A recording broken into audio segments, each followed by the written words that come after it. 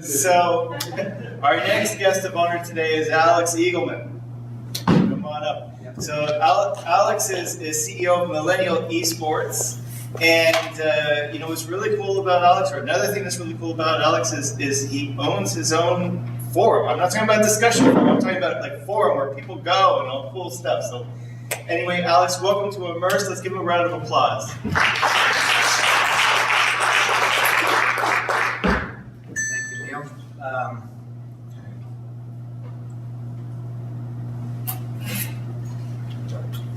Thank you. As Neil said, my name is Alex Eagleman. I was the CEO, the chairman and founder of Millennial Esports. We're a small esports company started here in Toronto about 5 years ago. We went public about a couple of years ago, and now we have operations in Las Vegas, London, just outside Barcelona, and Terrassa, which we'll talk about today. Our company, Stream Hatchet, and then in France we have an investment in a very popular and probably France's largest content producer of esports, a company called Altab. Their consumer brand is ogaming.tv. They do a lot of things, including the Overwatch League French language broadcast. But sort of our crowning company is a company called Eden Games, where it's a storied racing game developer, video games. Any of you remember Test Drive Unlimited and V-Rally? They were games that they created, and we have our own mobile game called Gear Club, and we just launched the official Formula One mobile game. We developed it for Codemasters, the licensee. So a little bit about, did I go the wrong way? Sorry, the green button. There we go. Just a little bit about our company. Like I said, in May we founded Pro Gaming League, which we built a competitive video gaming platform that allows people to play against each other online for fun and money. And then we went public in October 2016. In 2017, we bought this company called Stream Hatchet, a really interesting company, which we're going to talk about today. I'm going to give you some facts from this company. July 2017, we bought a company called Ideas and Cars, which is an IP company based in London. We bought sort of the person known as the godfather of racing and esports, a gentleman by the name of Darren Cox and his company. We had something called the world's fastest gamer we did with McLaren, where we democratized racing and allowed people to play a variety of video games, racing games, to compete to become an official Formula One sim driver for McLaren. And that person ended up getting a job there for a year. And then, as I said, in January of 2018, we bought Eden Games. So we're going to talk a little bit about one of our companies today, because I wanted to throw some interesting facts about esports and viewership. So Stream Hatchet is founded by Eduard and Albert, two young Spanish gentlemen. Our chief revenue officer is based in LA, and one of our other directors of partnerships, Bobby, is based on the East Coast. But we provide unique insights, as that says, and proprietary data. We're basically collecting all the data from Twitch, Facebook, YouTube Gaming, DoYou, Panda, all the big content distribution networks. We're gathering that data and we're parsing it for business intelligence. So we're going to talk a little bit about some metrics you're going to see today. It's an interesting fact. So for those of you that are not familiar with some of these facts, I just put it, these acronyms, I put them up there. CCV is concurrent viewers, the numbers of viewers watching a broadcast at any given time. Average CCV is obviously the sum of those concurrent viewers divided by the number of total viewer requests. The peak is the concurrent viewers is at the peak viewership in terms of numbers at any given time during the stream, and the hour watch is the total numbers of hours watched across all the viewers of a specific broadcast window. And then on the other side there, just really shows how it helps advertisers. We don't need to get into that. So just to give you an idea of comparing platforms, I didn't put in the Asian CDN's content distribution networks that we actually track. The reason being is that first of all, their numbers are massive, and we're still trying to figure out, the metrics that they use to to come up with your concurrent viewers are a little bit different than Twitch, YouTube, and Mixer, which is actually owned by Microsoft Mixer. But the numbers are so great that they make Twitch look like, it's like comparing, CBC to Netflix. So no offense to anybody at CBC, but so to give you an idea, Twitch, which many of you may be familiar with, those of you that are not, Amazon bought them about 3 years ago for just under $1 billion. The average concurrent viewers at any given time, this is in October, was 1.18 million. Quite a big number. Just to give you some context, only Netflix has more viewers globally than Twitch in terms of at any given time. It's the most viewed network, for lack of a better word, aside from Netflix. You can tell that the airtime and the hours watched in Twitch dwarfs, YouTube and Mixer. And that's because those are late in the game, and Twitch sort of really established itself as a leader. So here's some interesting statistics. I'm going to show you this is October. We're looking again at Twitch, YouTube gaming, and Mixer. So as you see, Fortnite, which I'm sure all of you are familiar with, leads the pack. This is the top channels. This is the actual Fortnite channel, Epic's channel. You're having about 107,000 concurrent, average concurrent viewers. The peak hit almost 345,000. And the airtime in terms of hours during the period that we're looking at in October was 50 hours of broadcasting, but the total hours watched was about 5,478,000. Riot Games, again, famous for League of Legends. You can see the numbers there. And then Ninja's channel, which we'll talk about a little afterwards. Then YouTube Gaming, again, League of Legends is popular there. Vietnam Esports has a FIFA tournament, and Nikkei, who's actually Canadian, another Fortnite player, Nikkei 30, who's become very popular. And then Mixer, you can see there is focused on Microsoft games. Forza is actually created by Turn 10 Studios, so that's their own game, but the leading streamer there, you can see the numbers. I mean, it's not bad, 4,000 viewers, but it's not like Fortnite or Riot Games. So just give you an idea of what it is. Now, I wanted to go back a year to show you how this industry changes overnight. So a year ago, we don't even see Fortnite. October of 2017, Epic released Fortnite in July of 2017. So the game hadn't taken off in terms of streaming. Nobody had heard of Ninja. We did. A little story I like to say is we actually, about 5 years ago, Ninja was on our payroll. I can tell you that I could probably afford him for about 5 minutes what I would pay him a month to stream on our behalf. But he was a Halo player before and just sort of picked up on Fortnite. So this gives you an idea that, Riot has been there for a while, so League of Legends was popular. PUBG is a game that is very popular in terms of the Battle Royale genre. It came out subsequent to a game called H1Z1, which was the real first big Battle Royale game, which many people have not even heard of today. And even those that know of Fortnite may not know that PUBG was its real predecessor, a little bit more realistic and violent, but nonetheless definitely a Battle Royale game.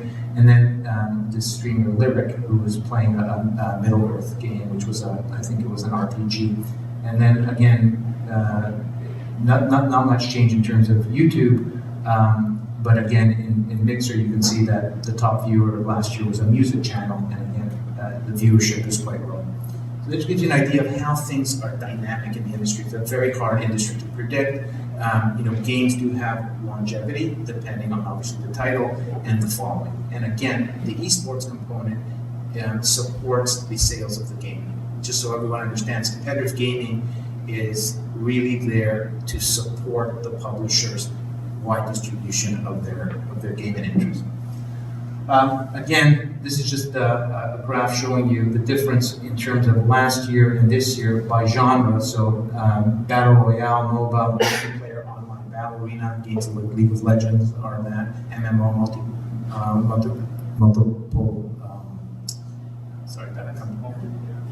massive multiplayer online, and RPG role-playing games. So as you can see, the purple one, which I'd like to point at, that was Battle Royale. You can see how Battle Royale came from really nowhere and then now is leading the pack. So today's trend, Battle Royale. Next year, who knows?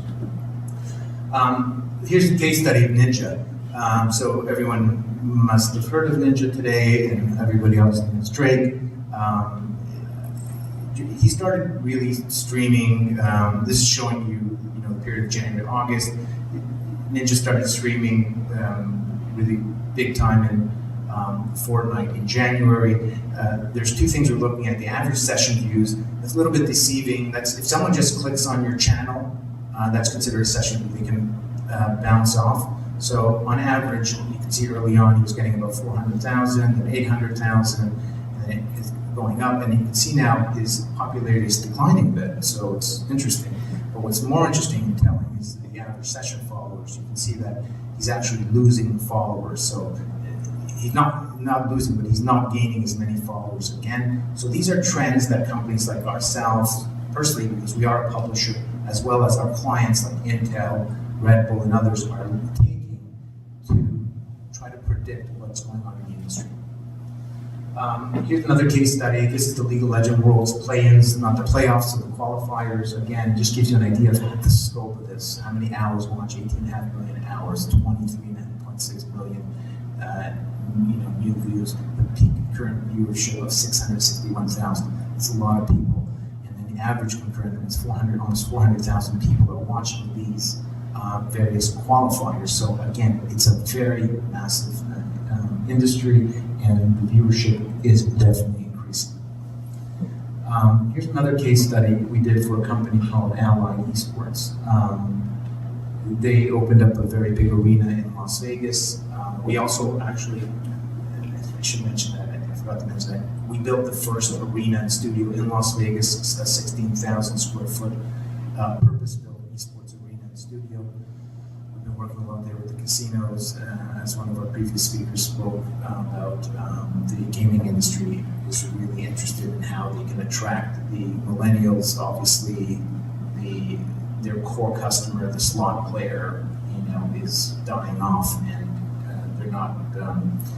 The younger people are just not interested in slot machines. So, Allied Esports built a much bigger arena than ours, about double the size, and in the Luxor, which is a pyramid hotel in Las Vegas. And so they had an event where we were trying to provide them with some ROI analysis. So we work with another company called Wasserman, and we're using some of their data. We're looking at the stream, and we're picking up all the logo recognition and a few other things that we're looking at. So we're able to identify when these logos are coming up on the screen, and then what the sentiment is like. But we're able to then provide a value to the advertisers or the publishers, saying this is the brand exposure that you got, so that they can get some semblance of ROI in their head. Right now, it's really like, throwing darts blindly. They're saying, okay, we know esports is big, but what value I'm getting. So this is the kind of data we're providing. As you can see here, during the 7.5-hour broadcast, we tracked the viewership and value of Purple and Red Bull assets, and there was over 3 million hours of content watched. We had a record-breaking peak audience at the time. It broke the record. I think it broke his previous record with Drake. He had 670,000 concurrent viewers, which is unbelievable. And we ended up showing them that there was a combined media value of about 743,000 and nearly $1 million in logo exposure value. So, these are just some of the things that we do as a company. Another one, the Doritos Bowl, we were asked to do an activation analysis of viewership, engagement, sentiment, and we're not only just tracking the stream, we're actually tracking a lot of other data from the stream. So as you know, there's overlays in the stream, so people are chatting, there's all kinds of other activity, and we're picking that all up, we're parsing that data, and we've been collecting this for a number of years so we can historically compare it. In this particular directive, we were asked to give them some idea of what the sentiment was when Doritos was a brand. And here, as you can see, these were various streamers that were streaming in the Doritos Bowl, and we were looking at mentions of the word Doritos by channel. So as you can see, some of them, some work, some don't. Total mentions, positive messages, negative messages. Again, not huge numbers, but as the industry grows and as the viewership grows, and as the advertisers and the publishers and the tournament organizers realize what it is that that engages the fans, that's when we're going to be creating content specifically for those fans, or creating advertising sort of initiatives towards those fans. I think that's about it. Maybe short for time, but really just tell you a little bit more about the company. Esports, as everyone knows, has really evolved over the last 5 years, especially here in North America. So as a company, we had to be really nimble and agile to pivot. Initially, we were a tournament organizer and a platform. Then we built an arena. Then we really became focused on racing and the publishing side. So today, the company's main focus is publishing, creating video games, experiences on the mobile side. And what we're trying to do is really democratize racing. So we've taken racers that played video games and we put them into real racing vehicles, cars. These drivers have become professional drivers.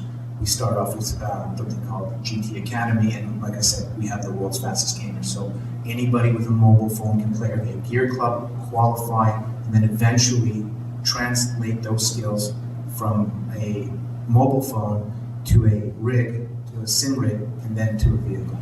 Anyway, thank you very much for your time, and I appreciate it.